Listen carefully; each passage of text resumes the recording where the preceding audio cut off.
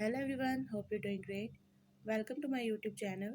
In today's video, I'll be talking about how to add fingerprint in your device OnePlus 10T.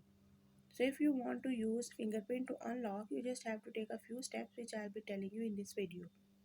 But before we move on to the video, if you are new to my channel, don't forget to subscribe and press the bell icon so you won't miss any of my updates. Now watch this video till end and you will learn how to use fingerprint to unlock.